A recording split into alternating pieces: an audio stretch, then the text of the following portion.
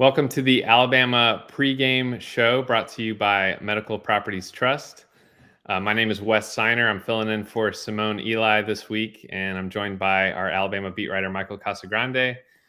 We're here to talk about the Alabama-Texas A&M game. I know that obviously there was a lot of hype for this game created in the offseason when Nick Saban said what he said about Texas A&M's recruiting class, and then Jimbo Fisher clapped back, the next day, and then it kind of died down as we got into the summer and SEC media days and all that. And, now Texas A&M has dropped a couple games. So, I mean, in your opinion, Michael, just what's kind of the mood coming into this game from both sides, and kind of, do you feel like the hype has died down a little bit for this game? Oh, for sure. Yeah. I mean, if you go back to May 19th, this game was the biggest game in the history of college football. I mean, you had one of the weirdest 24 hours of coaching back and forths from Saban's comments here in Birmingham to the nuclear response in College Station the next morning from Jimbo Fisher. It was pro wrestling comes to college football for sure.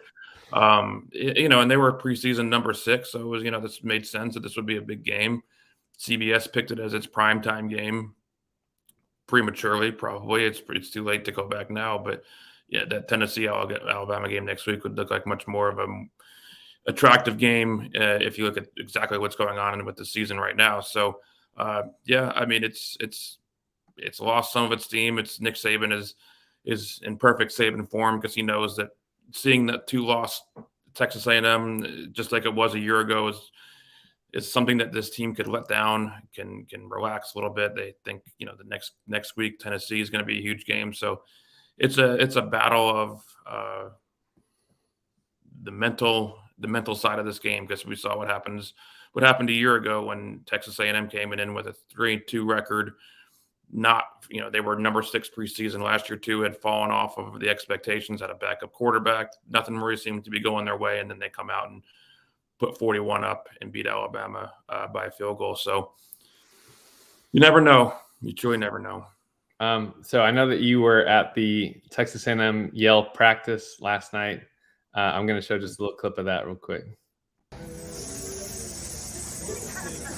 So my question is, what the heck is a Crimson Tide? Is it a wave? Is it that silly elephant that they have walking around? Honestly, it doesn't matter, because tomorrow our boys are going to get back on track. I don't know about y'all, but I am having some extreme deja vu right now. There's a lot of similarities going on this year that we saw last year. And I wouldn't have it any other way, because we play the best when we're the underdogs.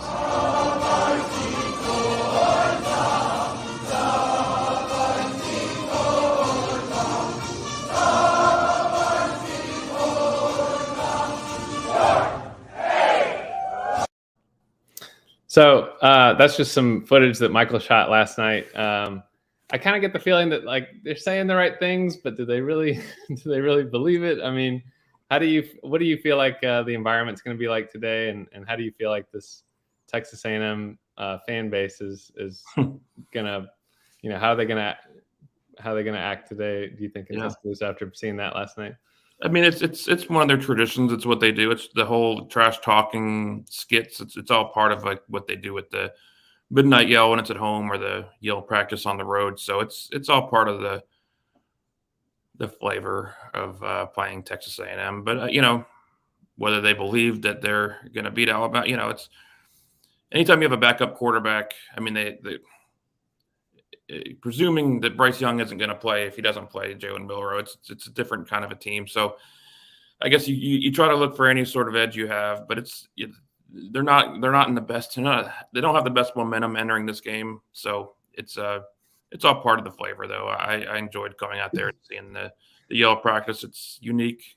It's unlike anything you'll see any other college football environment. So add a little flavor to the summit at Birmingham on a Friday night. Yeah, you mentioned the quarterbacks, and obviously coming into this game, everybody assumed it was going to be Bryce Young facing off against Max Johnson. It appears that neither one of them, might be playing today. What's kind of the latest on their situations, first with Bryce and then with Max Johnson? Yeah, Bryce, I mean, the last thing that Saban said Thursday night in his radio show is it's going to be a game time decision. That it's if you're reading between the lines, I was reading between the lines. If they can avoid playing him this week, I think they will. It's one of those situations where you can re-injure it, you can hurt it again by overdoing it, by overusing it. You don't want to start back to zero if you don't have to, especially with a huge game coming up next week at Tennessee. So best case scenario, if Alabama has their way, that Jalen Milroe will start the game, play well, and they won't have to use Bryce Young. But you never know. So I think that if they had their choice, Bryce would sit. And Saban talked about he's got that competitive fire that he's never going to want to sit out. And sometimes you have to protect them from themselves if they want to push it too far too soon. So it'll be an interesting decision, interesting to watch pregame. A lot to watch in the pregame today. How do you feel like Jalen Milroe did in his first?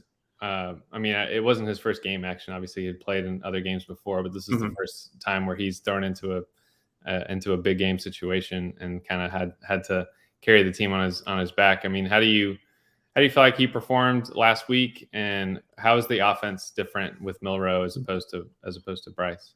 Yeah, I think he defied. I don't think they asked a whole lot.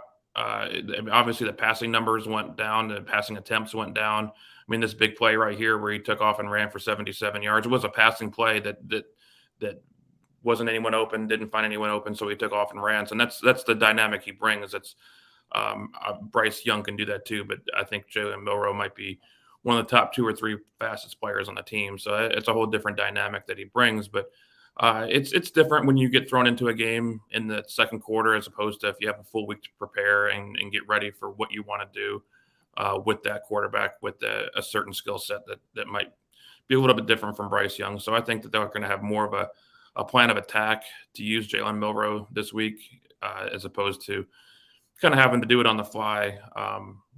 Some of the same sets, some variations, but I'd expect to see more running, more called running plays, read options type things for Jalen Milroe as opposed to if it was just Bryce Young.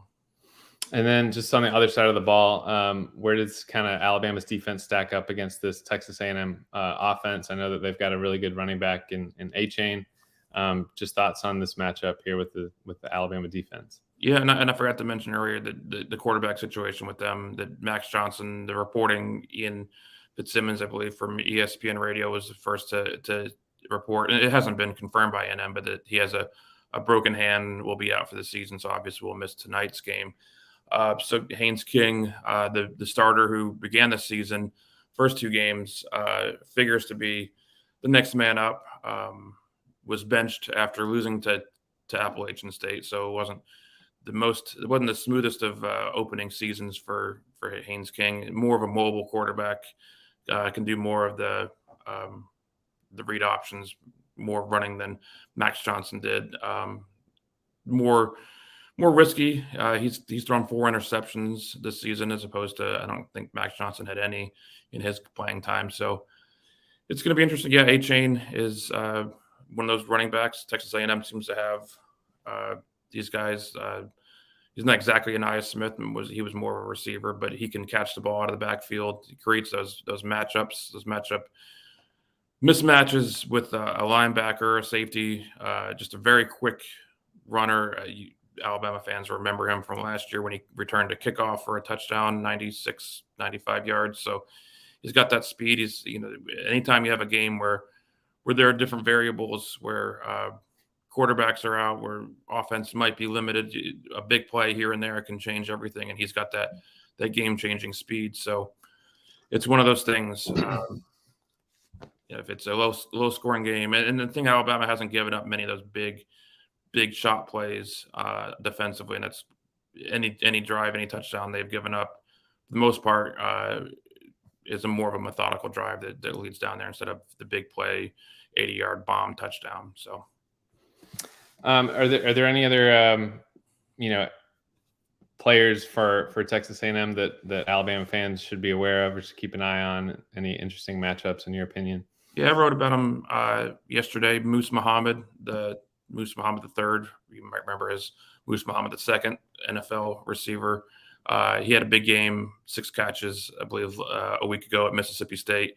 Hasn't had huge numbers. He's in his sophomore year, but they're really trying to find that explosive, dynamic receiver to step in without Anais Smith. So he'd be a guy who, if trends hold from a week ago, he'd be a guy to keep an eye on. Well, I think that's all I've got for you, Michael, unless you've got any other final thoughts on this game before you start your coverage and everything. I'm out of thoughts. You thoughts. Me completely dry. I got nothing left to say. Well, I know obviously you've been talking about this for a long time. The media's been hyping this game up. Fans have been looking forward to this game. So it's finally here. We'll see how it plays out tonight. And obviously you can find all of Michael's work at AL.com. In terms of video, we'll have our post-game show after the game. You can catch Nick Saban's comments here at AL.com, and anything else that you would want is right here. So, Michael, I appreciate you joining me this morning on the Alabama pregame show, brought to you by Medical Properties Trust, and we will see you next time. My pleasure. Medical Properties Trust, at the very heart of healthcare.